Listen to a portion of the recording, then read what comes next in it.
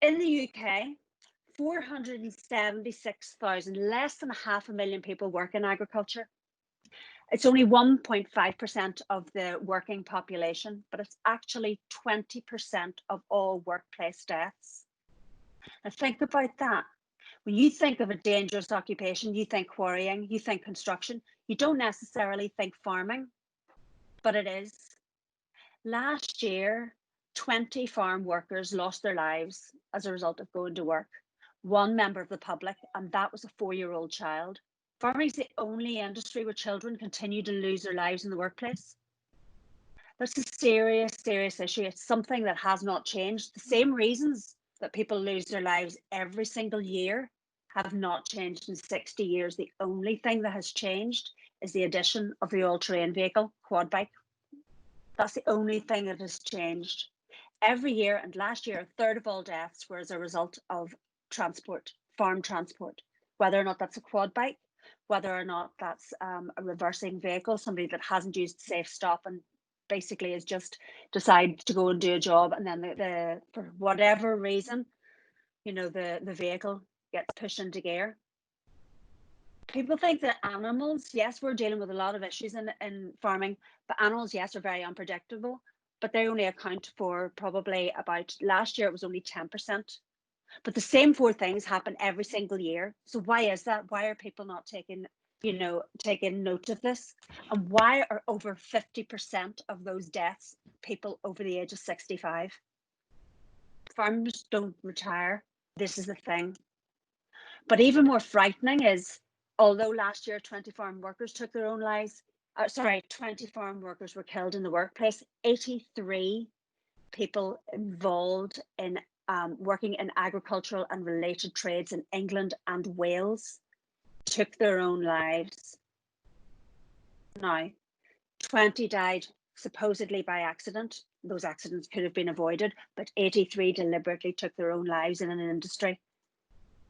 So this is something that we really need to address. Is this our problem? Really?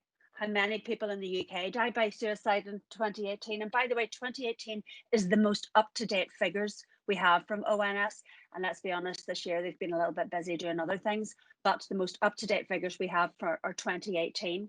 And if you see that, showed an actual nearly 12% rise in the number of people taking their own lives on the previous year. So it is starting to grow, and it's something that, if you look, I think on the 11th of August, the Samaritans will have a new campaign going out, so it'll be very good to support them looking at that specific issue in just across the UK, and specifically in rural communities. 3/4 of those registered deaths, which of the 6,507 were of men, 3/4 of them are over the age of 35. 83, as I said, were registered among agricultural related trades. And the average age of a UK farmer is 59.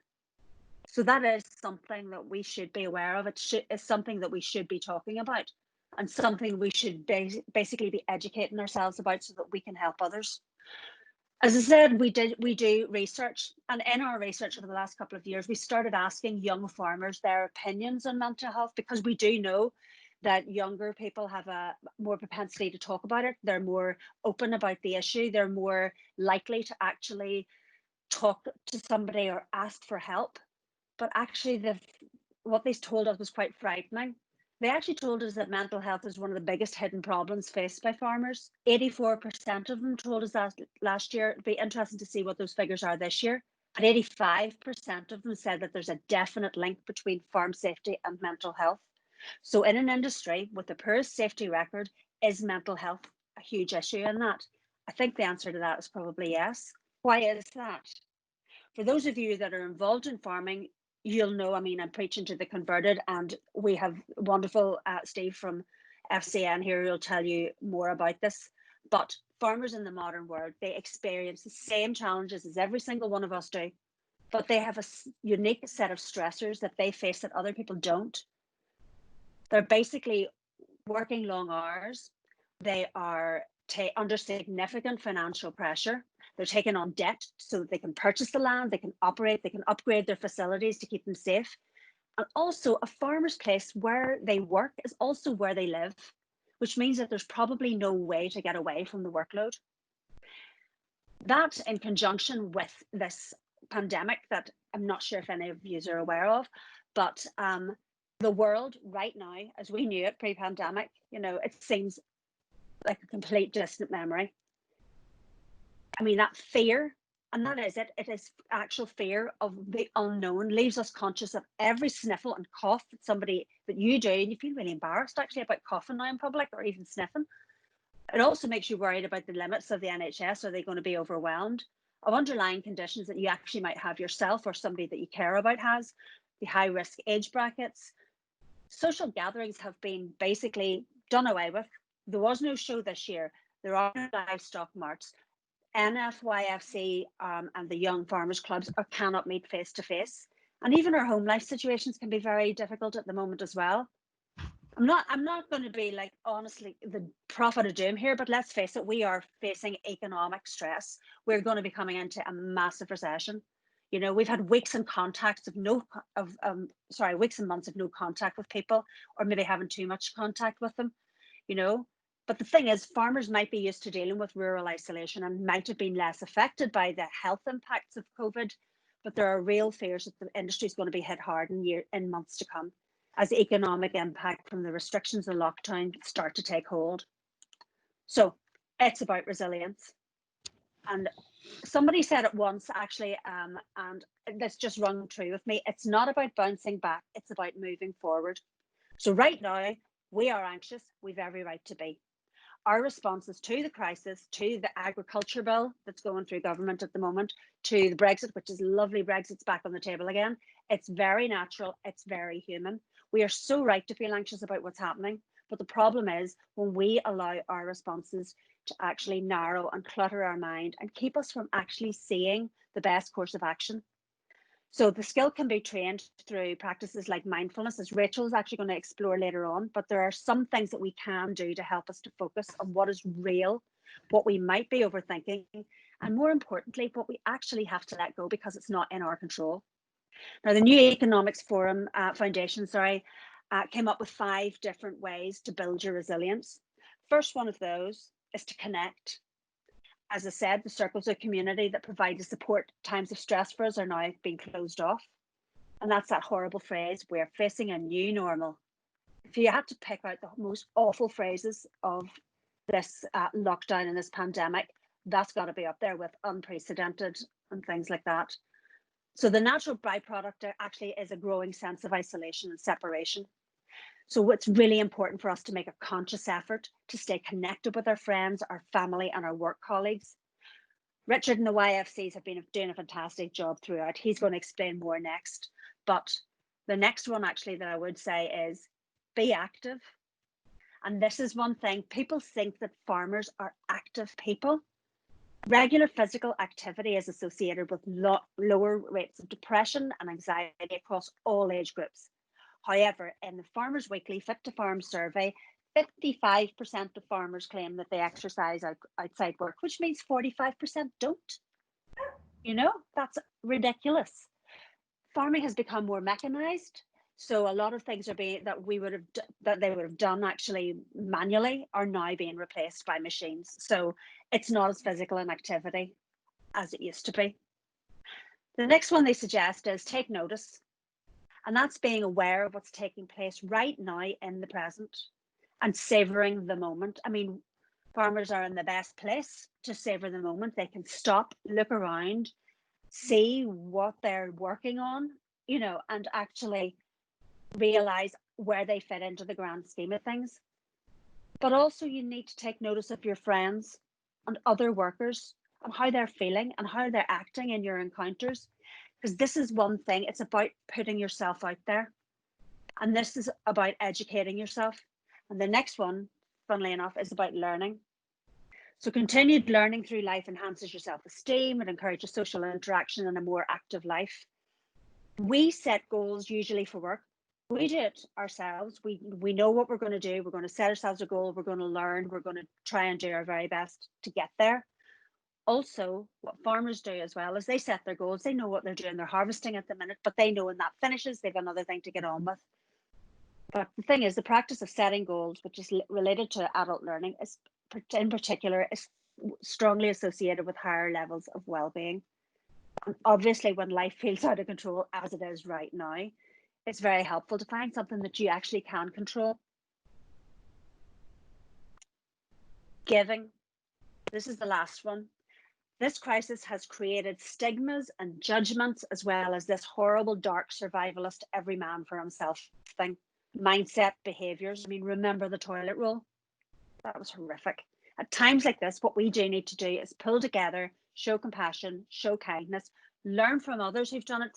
I mean, Sir Thomas More is the perfect example of that. But find ways to help other people can actually make a huge difference to your outlook.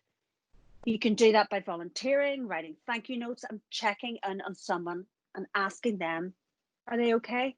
Because you've noticed it. You've noticed a change in behavior. And actually thinking about that, ask, are you okay? How many times do we ask that every day of each other? It's almost like a greeting. Oh, hiya, how you doing? Do you actually ever wait for the answer for that? Because that is a question you just asked somebody. So that's an important thing to do. So I know Steve's going to go into that in a lot more detail. But when it comes to resources, when we talk about building resilience, as I said, learning is a central theme. It's about educating yourself about how you can help, if you can help, learning from your past experiences, learning how to move forwards, or learning how to help others who might be struggling right now.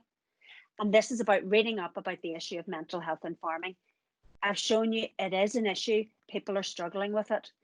But how do you help somebody that you may come across in your work or in your social life that actually is displaying those symptoms and signs of somebody that might actually be struggling with poor mental health at the moment?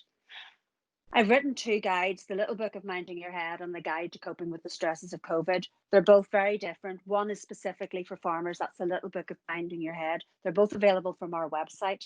It outlines really key points like what is mental health? Why is it an issue in the industry? You know, what are the different types of mental health conditions? And there are lots of them. So one brush does not, cover all. There are lots of different ones. And what are their nuances? What is depression? What does it look like? What does it sound like? What if somebody's actually voices suicidal thoughts to you? What is the best course of action? It's about educating yourself how best to signpost them. That signpost may be to a specialist farming charity like FCN, who will be able to give you the best advice possible. Also, it might be getting in contact with your local YFC, because they might be the people that actually will be able to help you. If they're the same age as you, will know the same things that you're going through, and it might be a case of getting somebody that you care about to open up to them.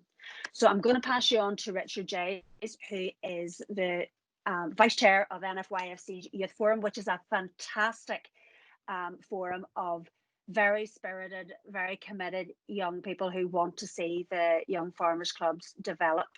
And I'm just going to pass you over to him now. Thank you. I hope everyone can hear me. But thank you very much, Stephanie. Well, I'd like to say good evening to everyone. As I've been introduced, my name is Richard Jays. I'm 18 years old and I'm a member of a young farmers club in Warwickshire. I'm also Vice Chairman of the NFYFC's Youth Forum, and I've just finished my A-levels and hoping to study further education at Harper Adams doing agriculture. During the pandemic, it has really changed for me. As not going to young farmers clubs, I've had to not going to school, but I've had to stay on the farm and help out with milking, lambing and shepherding. So could I just ask for the video to be played?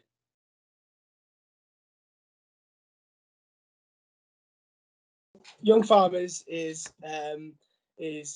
local clubs around the county. I think there's 45 counties around the UK with 615 clubs with 24,500 members, which are all involved, which all run their own club, take part in competitions, make new skills, make friends with like-minded people, which I have made lifelong friends, which hopefully I'll be with friends forever. And this will continue building my mental health and things like that in the future. And obviously I talk about things with my friends about the farming, about milk prices, about cattle prices, and share my problems with my own friends, and how they deal with it and how I deal with it. And I think this is really important thing with young farmers, and the skills it gives you are really good. I'm part of the NFYFC Youth Forum, being the vice chairman, and the Youth Forum is made up of members which are aged under 21 years, where they're finalists at the NFYFC Junior Member of the Year competition, and they're representative for each area. We also develop ways to involve members aged under 21 in the decision-making process of county federations and area committees. We support the formation and the development of county youth forums, and we consult a national policy and creating NFYFC resources when appropriate. We act as ambassadors as NFYFC. So the forum projects, where we work alongside with the other 4 steering groups, where we influence our opinions onto them with agri and competitions. But we have our own projects where we, the Take Time project, where we raise awareness of mental health, which we made ourselves, which we'll talk about later. And we present motions at the British Youth Council, where recently we've spoken about rural mental health and connectivity. And this pandemic has really shown us that connectivity has been lacking within the farming community, especially with broadband and just signal in rural areas, which is it's not as good and as fast as urban areas. And this has meant for learning, for working, you can't work from home. For students, you can't work at home and learn, and just connecting on a whole with all your friends and family. So we thought to put this forward to the British Youth Council and towards the government. We think this is really important and should be thought about to improve mental health. Also, we've promoted the farm safety curve module, which has had a really good uptake and a really good response from young farmers clubs around the UK, and people wanting to do this curve module, and it's helped a lot. We've also supported area residentials and events for younger members, and gained funding for our forum residential weekend, which is at the start of the year. We've also produced the Watch the Cowpat game fact cards, which are really good for county federations to use at local shows. So the Rural Plus and Take Time. To start off with, the Rural Plus is delivered by a YFC trained trainer and an FCN representative at a YFC club meeting, which is generally once a week, with all the club there in a couple of hours. This session aims to raise awareness of mental health and rural isolation issues that young people face living in rural areas, and where to turn to for support. In 2018 and 2019, 35 sessions were delivered, training to approximately 650 young people, and this has been continued until the pandemic occurred. Also, the Take Time project is a project that the Youth Forum got onto. We really thought that the pandemic had hit hard to everyone in the rural community, or just everyone in general, but we really wanted to help, the Youth Forum really wanted to help young people and young farmers. So we all put together some 7 steps that we put throughout Mental Health Week, one each day, and videos of us talking through and snapshots throughout the week on social media about how to improve your mental health. And we called it the Take Time project. So we started off with the Take Time to keep connected. So just literally picking up your phone and talking to a friend or a relative. And this just keeps you stimulated, keeps your mind active. And this can normally lead to a laugh, and this can help reduce anxiety. So it's really good to keep connected, as Stephanie talked about earlier. And also take time to observe. Observe your surroundings and just relax. Sort of put your mind to something in the natural environment, which also helps sort of clear your mind. And then to take time to keep active. Literally just keeping active just reduces the risk of depression, and this just increases your quality of life. And take time to do something for you. So do something you love, do something you enjoy, sort of like a little hobby. So, you know, and set yourself goals, and that will just sort of give you self, sort of like, you know, self-achievement. And then take time to do something new for others. If you make someone achieve their goal, you sort of get the pleasure of them achieving, which also makes you feel happier and more stimulated. And then 6, to take time to just have a break. Take time to have a break, so you're reaching. So if you're reaching a burnout, you can just relax and just put your mind to something else, and then take time to try something new.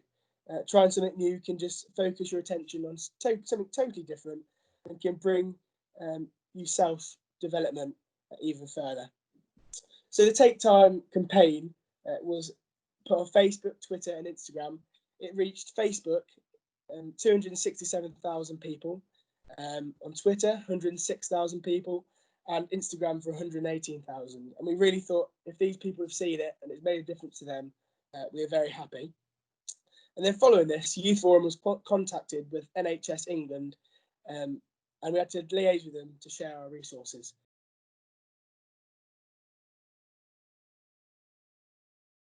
I think there will be some links on the next slide about what young farmers, what you can contact.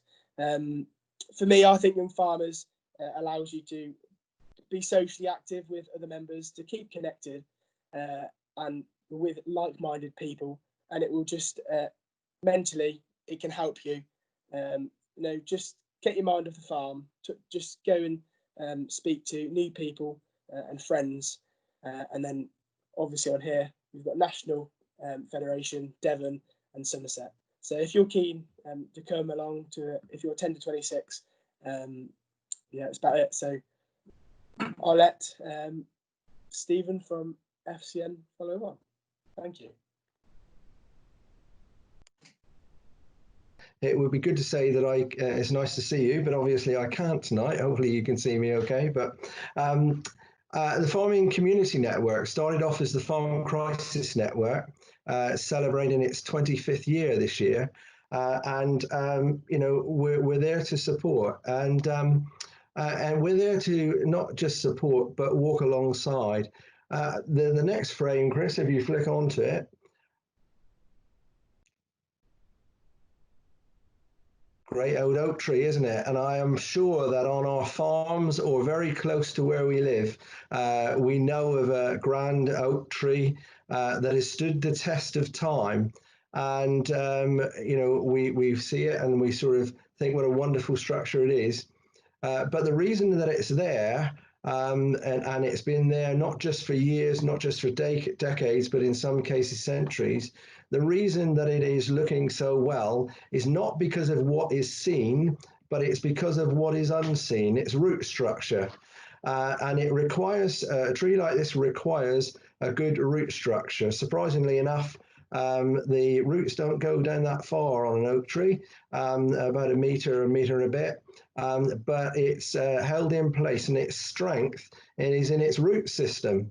And on the next slide, we're just going to sort of talk about issues that we sort of face, but what FCN does and what we're about. Chris, if you'd like to flick on. If you want to flick on 8, that should be the full frame then. FCN are there to support farmers and farming families through difficult times. And there are situations in life where sometimes we're caught very much by surprise, and something comes from around the corner that is a real challenge to us. And we find it very difficult to know how to deal with. And within the region, we have 100 volunteers, 400 nationally, and those volunteers generally are farmers, for people that used to be into farming, possibly retired, people that are still farming, people that have got very much an experience of what the challenges of those farming issues are and might be. It could be family farmers, but it's definitely our volunteers are people that are sympathetic to farming situations and farming issues that the family or individuals might face. And our volunteers are there to provide free, practical and pastoral support for anyone that seeks help. So anybody that comes to us that is involved with farming or allied industries with farming, we are there to give a listening ear, to see and to help where we can. Many of those calls go direct to the volunteers or the coordinators within our counties. Each county, of the 35 county groups we've got, each county, certainly within the Southwest, would go to a coordinator, and then we would try and get somebody alongside where the help is needed at the earliest opportunity. We also run a national helpline 365 days a year, and that is manned between 7 a.m. and 11 p.m. In the evening, with a tape recorded message outside of those hours. But we also, within that helpline, run the out of office hours calls for RABI and the Scottish RABI as well. So we take those calls under that same number. All cases that come to FCN are treated with absolute confidentiality. And one of the key things as a farmer, you know, I know what it's like to be under stress, and my past experience has shown me that, you know, if I am going to confide in anybody, I need to be sure that they're going to be confidential with what I tell them, and that requires, you know, a trust and an understanding. But within our training programs for the volunteers, it is very much that if anybody becomes a casework volunteer, that they are very able to keep the confidentialities. Thank you, Chris. If you can flick on, I think there's one more. Can you hear me, Chris?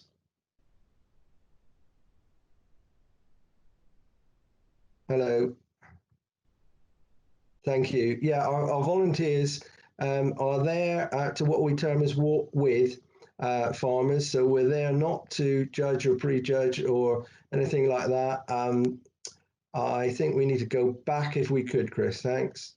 Lovely. And the term of walking with is very much one that helps people to understand that we're not there to judge. We're there to listen, to hear where they're coming from at the level of which they're coming from as well. And we're not advisors, but we're there to hopefully around the kitchen table try and create some options to choose from in trying to better the situation that individuals or families are in. Thank you, Chris. Next one.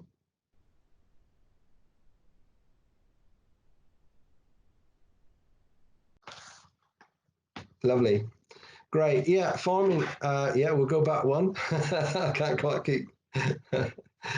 Farming is very risky business. We've heard what Steph has been talking about, and we're faced with issues that are sometimes beyond our control, and many times beyond our control. Things like TB test is the obvious one, probably, where I think everybody with bovines that have to have a TB test work under a degree of stress every time those animals are going up for their TB read, and the challenges that might bring. Great relief at the end of the day if you go clear, not so great if you have an infection, and the pressures that brings alongside. But farming is a very isolated industry, and it's probably fitted well for what we're going through with the COVID situation, because for many farmers, being isolated is not anything different than what is usual to them.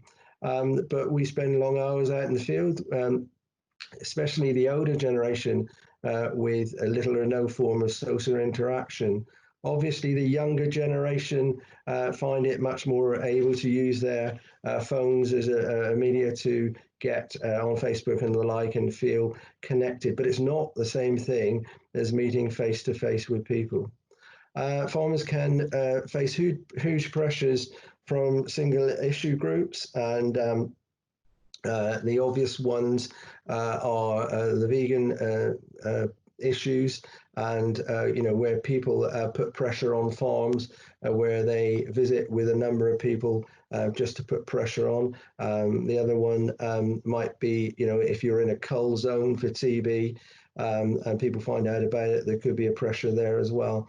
And all these things are things that raise concerns, fear, and often you need to be able to allow somebody else to know about it and share that with somebody else. Rural crime also is a challenge. We work a lot with the Devon and Cornwall Police in Somerset and Devon and Cornwall. There are a few for rural specific things. They are very busy, and we work with them quite a bit. But it's good to know that they're there. But we also need to be vigilant for each other. It's about caring for each other, our neighbours, keeping an eye on our neighbours' farms, and hopefully they'll do the same. It's those types of things, working together, communicating together, that will save a lot of those issues. Thanks, Chris. Working under prolonged stress and challenges. Now, I heard a great analogy the other day, which I think certainly fits me. And that was that our mindsets are very often, we can replicate them as a house. And when I come up with an issue that is a challenge to me, sometimes I don't deal with it well. It might be something like how a will has been left. And so there's a challenge between brother and sister, or brothers or cousins. And so that causes a real issue, especially if you feel you've been hard done by. It's issues that we find very difficult to deal with at times. But rather than deal with them, we tend to try and escape them. And what we end up doing is we tend to shut them in a room, in the living room, and shut the door and pretend that we can carry on life without actually dealing with it. There could be financial pressures, and there is another issue where we can shut it in a room very easily at times, shut the door and not truly deal with it. We can deal with all sorts of relationship issues, could be animal welfare. And we tend to shut those things. Administration. One of the things that we're often involved in administration is late passport applications. Since 2001, we've assisted in getting over 6,000 late passport cattle passports, so that animals can become valid to sale. So all these things are very often things that can be shut in a room and not dealt with properly. Then all of a sudden, Chris Rice knocks at your door and asks to see your records because you sent some cattle off to slaughter and they're missing ear tags. And it's like all of a sudden you've been able to cope with shutting everything away, and you're living in one room of your house rather than all the rooms, and this one pressure allows you to explode, and all the doors come open and everything floods in the same bucket of things that you can't deal with. And then it's very easy to get in that state where you are overcome by the pressures. That's exactly what we're there to sort of come alongside and help bit by bit before you get to that point, hopefully, to deal with some of these issues around relationships, around mental well-being, around finance, around animal welfare, about administration. If we can sort of try and piece these pieces out and try and resolve some of these issues, then you're generally far more able to meet the challenges of things that come before you. Relationships is actually a very key one, and I'm sure when I touched on those things and how things have been left in a will and family issues, that probably touches, if not ourselves, situations that we are very well aware of and know very well. So these are the challenges and the pressures that farming often sees. Chris, thank you. We could go on to the next slide. Oh yes, health and safety. I'll just touch on that one. Steph touched on it. But obviously, if you're not in the greatest place, we'll go back a bit, Chris. That's right, lovely. If you're not in the greatest place, health and safety is an issue because if you're driving a 150 horsepower tractor and your mind's not concentrating on those issues, on driving and paying attention, then it's very easy, quite obviously, for us not to be a danger to ourselves, but to be a danger to those around us. Thank you, Chris. Next slide. You've been on a farm and you've had a conversation with a neighbor or somebody, a member of the family, and there are some very clear signs of what to sort of look out to, especially when we know personalities. We can pick up these signs, and for some people, it may be that they, under this term of low mood, and low mood covers a number of things, generally depicted as anxiety or depression or signs of mental ill health. But from some farmers may be very reluctant to talk when they've been very open before. And there's a definite change in their personality and genre. And so they become reluctant to talk. But also, within the same thing, some farmers can become very aggressive. And it's all a part of the same mindset, really. But they can be, we're all aware of farmers that can fly fairly quick when they're under extreme pressure. But it can be all a part of the low mood scenario. You start to see that animals become neglected, and there's quite obvious signs of and evidence that they are not their normal self. And so, it's a need to try and get them help as soon as possible. Thank you, Chris.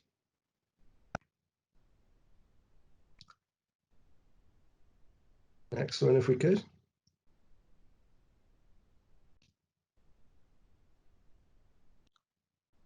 Are you okay, Chris? Lovely. This is just an example of a bit old news, but I will update you on more recent stuff. Just showing the things each month. We have evaluations of the type of cases that we're dealing with when we're dealing with farming situations. And quite obviously there, finance comes fairly high up the agenda, mental well-being as well. The things that and one thing that isn't there is obviously COVID stress, and that's quite substantial now. And in new slides, we'll soon get that. That will explain that. But often the issues that somebody's dealing with within the rooms of their house is more than one thing. So it's not just financial that they're dealing with. They're probably dealing with financial and maybe family relationships within the family. And that's a real challenge to try and sort of mediate that and trying to give direction. Certainly, it's something that we're very involved with family mediation work. It's something that I do and others within the volunteer base is about sitting families around the kitchen table and trying to get them to communicate. And I think if the older generation have found one thing difficult, and that is communicating with others when they feel they're losing control of the power. But actually, the greatest strength is about building teams, not individuals. And that's, probably we're all aware of farming families. There's a lot of farming families around, and they're a great blessing. But there's generally one person that tends to lead the rest. And the greatest challenge is not allowing people around the kitchen table to have a say. It's often keeping people quiet whilst people want to have a say. And so those things are things that we try to encourage in order to support and help with family relationships. But more often than not, there are 3 or 4 of these issues that are a challenge to each farm, family, or situation when we go to visit. Thank you, Chris. It's important, and Steph's touched on this once again. It's so important to get along when we are getting alongside and trying to learn where people are working from and what their mindsets are suggesting to them about getting them to look at doing a new thing. And if I could suggest something, and it's often suggested by the slides that Steph had earlier on, there are a number of very valuable things. Exercise. Exercise releases endorphins in our body. It's a chemical reaction that makes us feel so much better. And when we're in good mental well-being health, there's certain chemicals that react to benefit us, and it makes us to feel better. And just two that I'm going to pick out there is that issue about keeping fit, doing something that you haven't done before, challenging a new mindset, thinking in a different way. It's important to talk with someone, somebody that you can, as I said, confide in is so important.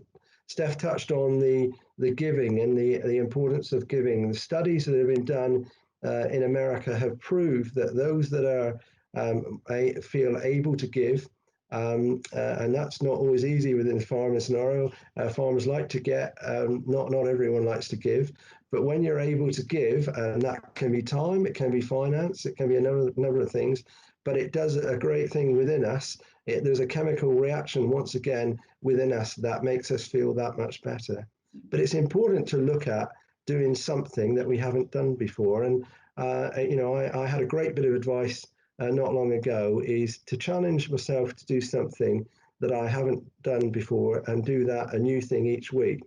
Yeah, that's great advice. Chris, thank you for the next slide. What to do when someone needs help. And I think as we've heard about the support that is available and the great work that YFC does, and it's been really interesting to work alongside them with the Rural Plus schemes. It was something that we realised a few years ago, actually in a group in Cornwall, when we realised that we needed to be relevant for the younger generation as well as the older generation, and all that are involved in farming, try to include individuals, families, tenancy situations, farmer-owned situations. There's a pressure on a lot of people when they own a lot of property, how you hand it on and how you meet with a succession need. That's a real challenge to a lot of people, and it needs discussion. It needs discussion with somebody that is not going to judge, but maybe would help to support the direction of travel, so that can be a release within the mindset. But it would be good to let them know about FCN, to be aware of FCN, and very much what this program today is about. Where is the support, where is the help needed? We'll have some numbers in a minute, and I think it would be a very good idea not just to take recognition of the numbers, but maybe to put the number of your local coordinator in your phone, so that you've got it to hand. And this isn't because we think that you might necessarily need it, but it's having it available for those that you might come across that need that support with an element of urgency. But as I've said, there's a coordinator for each county. And Chris, if we could flick on to the next slide, please.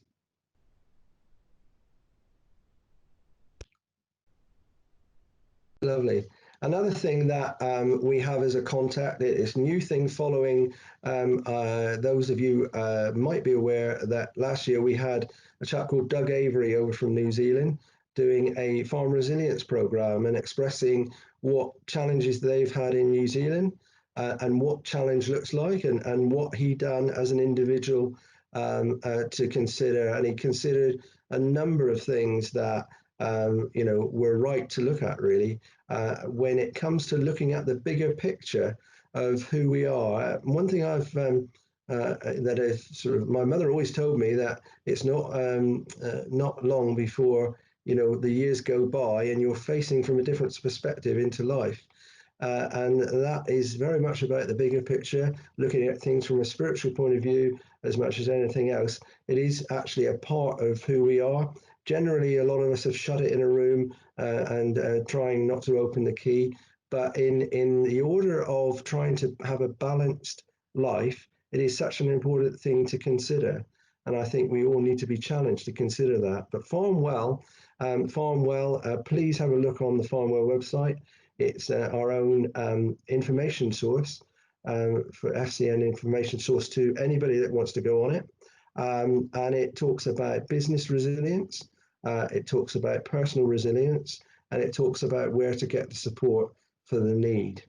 So please look that up. Hopefully Chris will be able to send to those that he's got emails for the slides out so that you've got the information contact points. Chris, if we could have the next slide, please. These are the farming help charities that we work with, or RABI, Royal Agricultural Benevolent Institution, the Scottish RABI, and with Addington as well, which are specific to housing needs. Generally, we also work with Forage Aid. They've just come on as one of our farming help partners recently, and they will direct food to where there has been disaster zones. So if there's a flooded area like Somerset was, a few years ago, they will target to bring fodder from outside the area into the disaster zone, as it were. Thank you, Chris. We'll go for the next slide. These are just the contact numbers, and please, if you could, make sure that you know and are aware of these contact numbers, not specifically mine, but especially those for Devon, Colin Smollicum, who's our casework coordinator, and Susie Wilkinson, who's our Somerset coordinator. Susie has been the longest serving volunteer with FCN, been there for a few years longer than I have, although you wouldn't know it. She looks so young, but she is. They are both very approachable people and people that will know what to do with the situation. And if you're unable to get over them, please feel free to give me a ring at any time. That's not a problem. And I think on to the next slide, Chris. I think that's about it.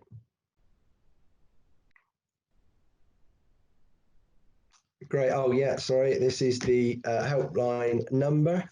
This is also another number. I mean, it's a good thing to keep the local number so that you can get speed up the operation, but 03000 111 999. And, that is a number, once again, to have notice of, please. And our email helpline is help@fcn.org.uk. And I think the last slide is just a thank you. Thank you. Well, that's great. And I'm going to hand on now to Kim Wright, who's an associate professor at Exeter University, who's going to talk to us about the ACCEPT programme. Thank you. Okay. Hello, everybody. Can you hear me okay? Yeah. Great. Okay, well, thank you very much for inviting me to speak today. I'm the clinical lead of the ACCEPT service at the University of Exeter, which stands for Accessing Evidence-Based Psychological Therapies. So if we could have the next slide, please. So the ACCEPT clinic, although we're based at the University of Exeter, we're actually an NHS-funded service for adults in Devon. So we're there for the local community. And we've been running for a long time, since 2008. We offer psychological therapies in two areas. So one of those is mindfulness-based cognitive therapy, and that's for people who've experienced depression in the past, are currently well, but are looking to reduce their risk of having another episode of depression. We also do some development of therapies through research projects. And today I'm going to talk to you about the mindfulness-based cognitive therapy, or MBCT. Okay, if we could have the next slide, please.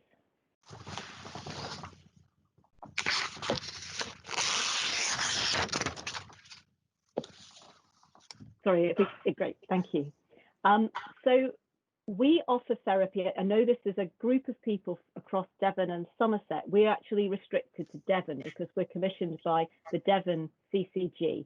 So we offer therapy across Devon. We are based at the University of Exeter, but we've also got satellite hubs for delivering mindfulness-based cognitive therapy in East Devon, Tiverton and North Devon. And we're currently delivering the therapy online because of the COVID lockdown. And we think we're probably going to be carrying on in that way, probably until at least the end of the year.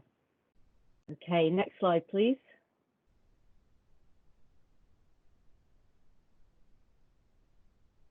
So I just want to say a bit about MBCT for those of you in Devon, or if you know people in Devon, and by in Devon, I mean having a GP, being registered with a GP who's in Devon, that's how we define it.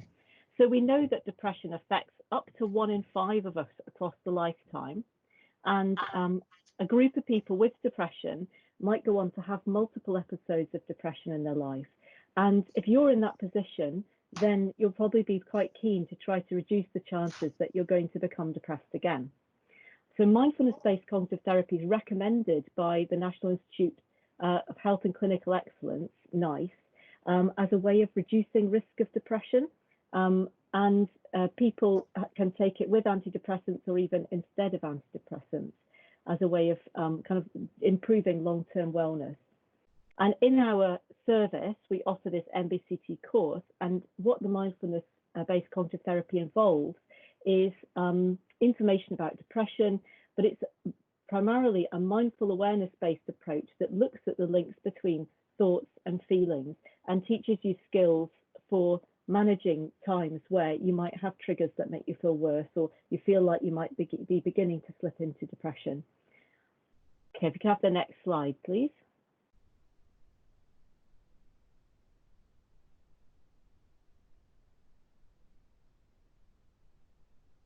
Oh, sorry, could we have the next slide, please? So if you came along to one of our MBCT programs, first of all, you'd have an individual meeting with the therapist, and at the moment that's online, to make sure that it's right for you. And then the actual program is 8 weekly group meetings. So you meet with the same group of people 8 times week by week. We run about 9 of these courses per year, and we do courses in the daytime and in the early evening. There's also an expectation that you'll practice what you learn, particularly practicing the meditation practices.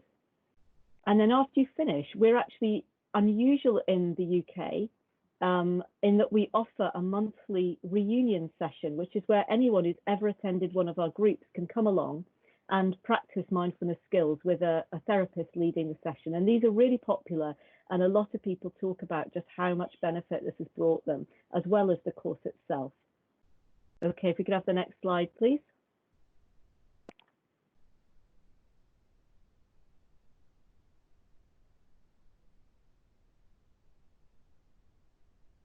Oh, sorry, Chris, could we have the next slide, please?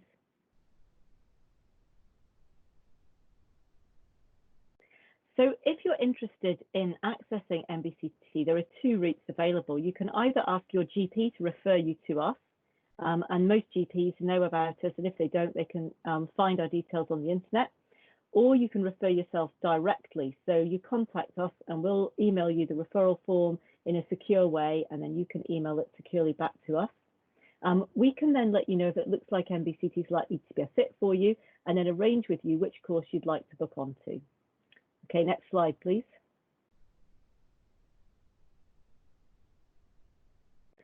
So if you'd like to find out more, you can look at our website, or if you don't have time to note that down, just search for Accept Clinic Exeter on the internet and you'll find us. Here's our email address. Because of the COVID situation, it's not so easy for us to directly pick up phone calls, but if you'd rather ring and leave a message, you can do, and one of us will get back to you. And we're starting courses all the time. We've just moved to online. We started our first 2 online courses within the last 6 weeks or so, and they're going well. So we've got a number of courses planned to begin in the autumn. So it's a really good time to get in touch or to pass on our information to somebody else that you think might be interested. Okay, and that's it. Thank you very much.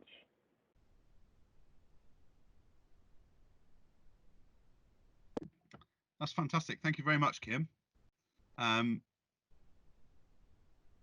hoping you can see the final slide of the of the presentation. Apologies for the delay in changing over the slides and some of the difficulties with the videos throughout this. I've got a very good example of Devon broadband, and so I was pressing the button and it was looking fine on my screen, but you guys were a bit behind me. So I'm not sunning myself in a foreign country. I am in Devon and I am listening, but it was just taking a long time to get through. So thank you very much to everybody who has spoken tonight. It's really interesting. It's given me certainly a lot to think about, and given us some actions to take on, which has been really useful. So we've got plenty of people here watching, and I'm interested to ask if anybody has any questions that they'd like to put to any of the speakers, or any comments they'd like to make. So if you're able to do that in the meeting chat, that'd be great. And then I'm hoping that all the speakers are happy to hang around for a minute or two, just to answer any of those queries. Alternatively, you've got my contact details. You've got the contact details of the people that have been speaking here tonight. Please feel free to send us an email. Even if you just want us to point you in the direction of someone, please just get in touch with us. We're more than happy to help and do whatever we can. So does anybody have any questions?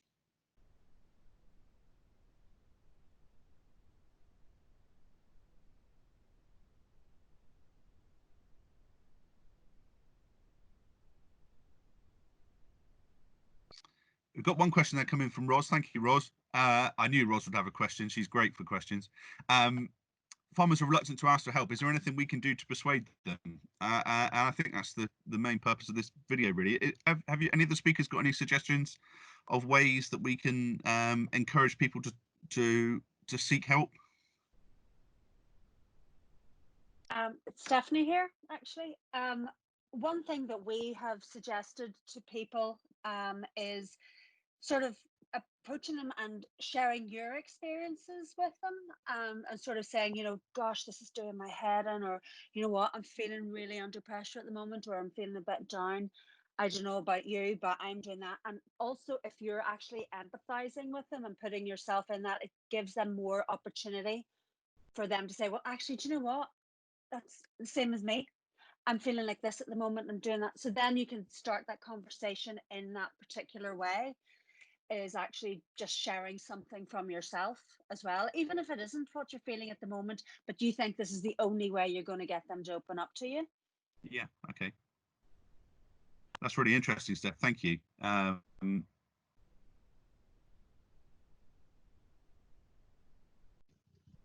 Chris, can I just comment on it?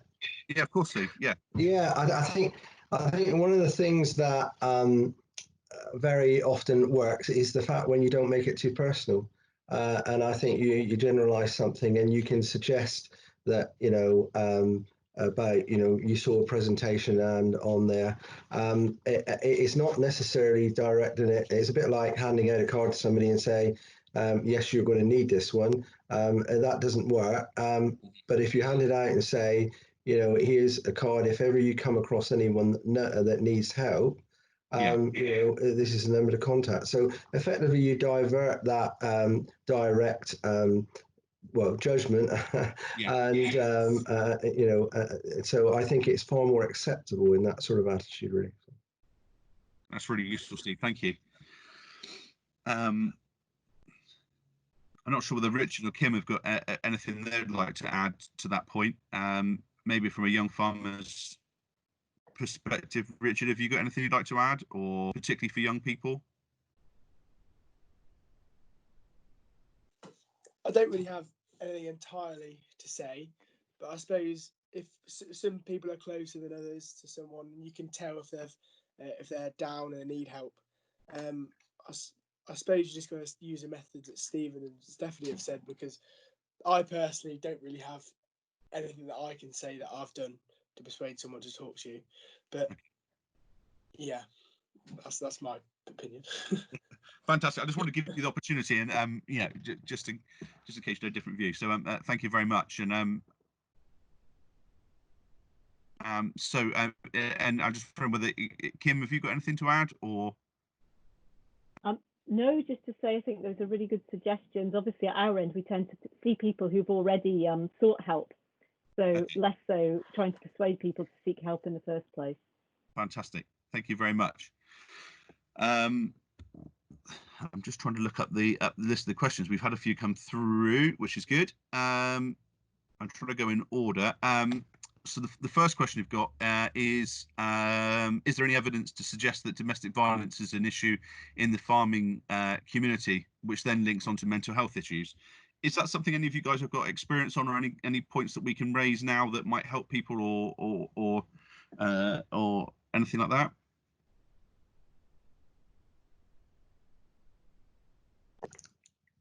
Well, I'll just mention from an FCN point of view, it's not something that is very high in sort of need as far as we're seeing, but I think the COVID situation, when it keeps people together, the relationships can be challenged. And I actually talked to a life coach the other day, and she was saying that there's a natural reaction to think that when domestic violence happens, it's a man sort of against a lady, but there's a lot that they see that it would suggest that it's probably more equal than just the natural reaction to it. But it's not a problem that we see very much of, but we are aware of domestic health support. There's good domestic health support around, and certainly in Somerset they are aware of the health support, or the need for that to be available. Fantastic, thanks, Steve. Hello, I don't know if you saw me waving my hand around. It's Kerry here. Hello. Hello, I'm Rural Affairs Officer, Police Officer for Devon and Cornwall Police. I've been joining you and listening this evening. Just on the subject of domestic violence, sometimes it is underreported in a lot of situations, and I think there's a little bit of stigma, and people don't like to risk putting their heads above the parapet, and there's especially when it's a male victim of domestic violence, there is that kind of don't want to accept that they're being bullied or abused or whatever. And there is it's something like there are 49 instances within the relationship before the first report comes through to the police. So it is a really difficult area we'd like to target, and there are various schemes to try and increase reporting, but it is one of the major problems is it goes on a lot without us knowing, and the bit that we deal with is only the surface, the tip of the iceberg, unfortunately. Fantastic, thank you, Kerry. It's disappointing to hear that 49 incidents before someone reports it is incredible. Some research, I can't remember, I can't source it, but it's something along those lines, like 40 odd incidents before the first report to police. Well, that's fantastic, and apologies to the rest of the speakers here. Obviously, we're planning maybe possibly more of these events in the future. So is it something you might be willing to collaborate with us on maybe in the future, and we can have a conversation outside this meeting sometime? Yes, certainly. Yes, us and the team, the affairs team, we'll be more than happy to have an input. That's brilliant. Thank you very much, Kerry. Thanks for that. Going down through the list of questions and comments again, Alice has raised a good point about the NHS psychological therapy service, TalkWorks, which is available. It's self-refer. Oh, sorry, just to say that our service works closely with TalkWorks. So if you come to our service and we think that you'd be better off going to TalkWorks, we can refer you directly there, and vice versa. Oh, fantastic. Thank you very much. Okay, I'm moving along down through the questions. I've got a question here from Sally Hill. I'm attending to gather information for an organisation called the Veterans Farm Able, who aim to match veterans with and other uniformed volunteers with farmers to help them with tasks. A crossover of different groups in community could work well. That sounds really interesting, and we've actually within our service got veterans that work with us already, and I'm sure we've got that. So Sally, you've got my contact details, and if it's something you'd like to put forward further, please feel free to get in touch with me, and I can pass the details around, and we can discuss that further, and we can include further information in that when we send out the things later on. Thank you very much. That'd be brilliant. Thank you. Is it okay? Please get in touch, and we'll like we say, it's all about getting the information out there and talking to people. So and I had a quick thing, Chris, would that be all right? Yeah, of course you can. Yeah, no, there's plenty of time. No, carry on. Just all the wonderful presentation. And I'm really just very much sort of volunteering myself with the organisation. So I would just be taking information back. But the training, it struck me that it could be amazing to do some kind of training for the veterans before they were perhaps to go on the farm. Yes. And also the awareness, because it seems like, and you'll know this from what you're saying, but there's the sort of psychology of what the veterans have been through, and the sort of empathy to the farmers of it's different situations completely, obviously, but that whole sense, it seems to be a really good match when it works. I think so. It sounds fantastic. Yes, so thank you. There's a lot of it to take back to the organisation, and I'm thrilled. Thank you so much. Fantastic. And like I say, yeah, please get in touch afterwards. Send me an email and we'll have a conversation, because there's a couple of things I think that I'll be able to help you with about some of the training that I've had in the past and things like that. So please just get in touch afterwards, and we can share some experiences and hopefully help each other out there. Thank you. Chris, can I just tag on to something there that Sally said? Yeah, I'm aware of Farm Able and Penny previously being involved. I think it raises a very valuable thing, because what we're about and what we realise is a problem within farming is when the older generation come to retire, it's how you keep them valued. And I think with all that goes on within the farming, each needs to be appreciated in a way and valued and purposed. And I think Farm Able, what they're trying to do in working with veterans and getting them involved with farming is about putting and instilling value in people. And we're looking at succession programs about how in when farmers and families look at succession and retirement, and for many farmers, they do not envisage retirement. They just carry on until they can carry on no more. But succession is a big thing in farming, and I think there's a lot of life to be lived at the end of your farming experience. And I think if only we could bring that into the programs, and it's certainly something we're doing with the younger generations, and it's something we touch on within the Rural Plus program with young farmers, is when are you going to begin farming, and when are you going to finish farming, when you can enjoy the fruits of your labour, sort of thing. So I think it is a very valid point, and a very valuable thing that Sally and the team are doing. Fantastic. Thank you, Steve. Thank you. So I'm looking down the list. Sue's made a contribution talking about the rural curve sessions, which were nearly all completed, but COVID-19 has stopped that. They've also been attending the Cornwall YFC events. So thank you for making that contribution there. Again, if you wanted to talk to me about that again after this, please get in touch. And like I say, we're trying to do at Trading Standards is get the word out there that there are all of these fantastic organizations out there helping people get through the toughest times in their lives, and we can, as Trading Standards officers, make a huge impact on that. But we can direct people to the people to places that can get them support and everything they need. So if anybody on here has got anything that they would like to share with us, and anything they think that we can add into any future events we offer, please get in touch, and we can share that and get as much information out there as possible.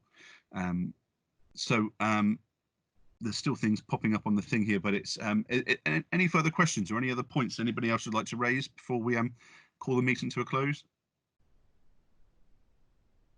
Chris, hi, it's Mark. Hello, Mark. Hi, I'm just talking to you from deepest, darkest South Devon at the moment. It's raining and I'm trying to get a tent up. Sorry, I'm Mark Peacock. I'm one of the managers at Trading Standards. I think this is an excellent presentation. There's been some fabulous, very insightful speakers. Stephanie, Steve, some very, very yeah, some very, very good points made. Very practical steps as well about how to keep well. Certainly the mindfulness techniques are very welcomed. My question really is for Steph and Stephen about what would they like if they had a wish list? What would they like to see happen to address this situation with mental health in farming today? What one thing would make a real difference? That's a really good question. The one good thing that I would like is basically support, and that is us supporting each other. And to be fair, when we introduced the Mind Your Head campaign 3 years ago to get the industry to talk about the issue in farming, we were basically told not to talk about it because it'll put people off coming into the industry. But we knew there were organizations like FCN out there, like RABI, like RSABI, that actually have this amazing support for people that can offer it. But it's just what I want farmers to do is ask for it. The support is there, people do care, and that expertise is there. And whilst they're waiting for that referral from the GP, that, remember, given the current NHS waiting lists, could be maybe 3 months down the line. So somebody like FCN is a lifeline for that person, because you do not park your issues until you get a referral. They're still there, they're very live, and they're very real to you. So this is the thing. So if people understand that we have this fantastic charity with 450 mentors, you know, nationwide, that understand most of those guys. And I know, Stephen, I'm saying what you're probably going to say anyway, but your guys come from that background. They come from a farming background. They're not somebody at the end of a telephone line that doesn't actually understand the intricacies of farming, the unique stressors that the industry face. So what we would like to do is we just would like people to know those numbers, to be able to reel off the, you know, the farming help number, which is 03000 111 999. People should have that number at the tip of their tongue, you know, so that they know that, you know what, there's somebody that if you, with your permission, can I put you in contact with these people, because they're brilliant, you know. So that's what I would suggest anyway. Thank you. That's really helpful. And in terms of regulators, what do you think we could do as regulators to help the farming rural industry? Well, interestingly enough, there's an all-party parliamentary group happening at the has been going on for the last year and a half. It's headed by Anne-Marie Morris, who I believe is from Devon. She's an MP. She is actually involved in this, and there's evidence being presented next month about what is going to be required from rural support groups, and for rural support and mental health provision going forward from a government's point of view. So there are things happening at governmental level, so have faith in that. So they have been in contact with an awful lot of organizations right throughout the GB to discuss it. Great. I mean, I'll just add to what Steph. I mean, so always, I'm fast learning that it's not an easy thing to follow Steph, because she normally takes just what you're going to say yourself. But I think the connect bit is that, you know, this walking with is what has worked so well with the Farming Community Network, and actually we're not there to make a judgment. If only we could, you know, farmers are very suspicious of some things. They're protectionist first, so they want to protect everything they've got, but they do not accept being talked down to too well, and sometimes professions can sort of almost stem that attitude to them. And so it's getting that connect is the first thing, which I think you know, is very key. And the other thing I would say, and in line with when we think about mental health and mental well-being, I think it encapsulates such a wide range of things. And I think in a world where everyone is doing things at a faster pace and effectively has less time for each other, I think that's been very damaging. And I think certainly the social connection for the older generation, where they've been unable to go to markets, unable to meet, and where people are not able to make that sort of connect.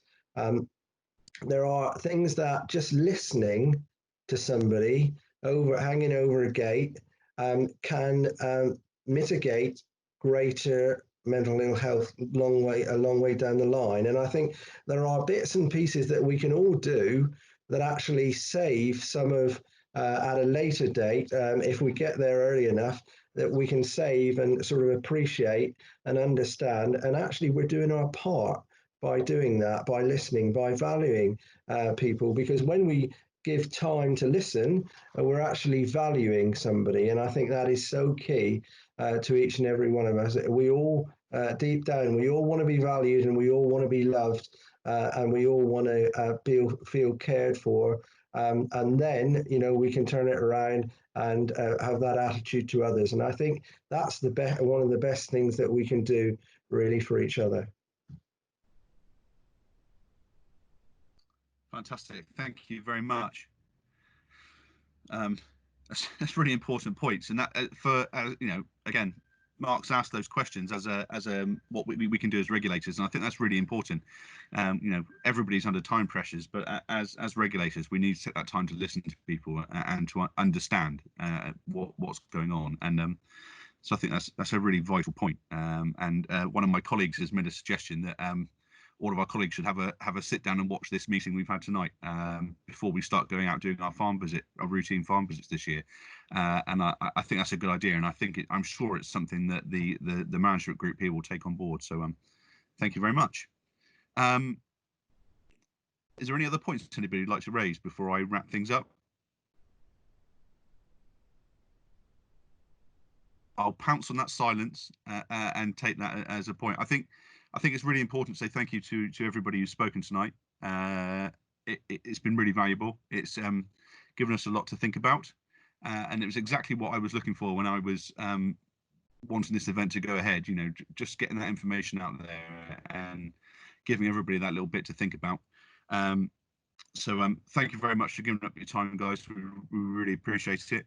Thanks to everybody who's listened and given up your time this evening to help us and to contribute. And to those of you that are organisations within the Trading Standards Farming Partnership, thanks to everybody who's tried to promote the event as much as possible. Thanks to everybody, and all the best.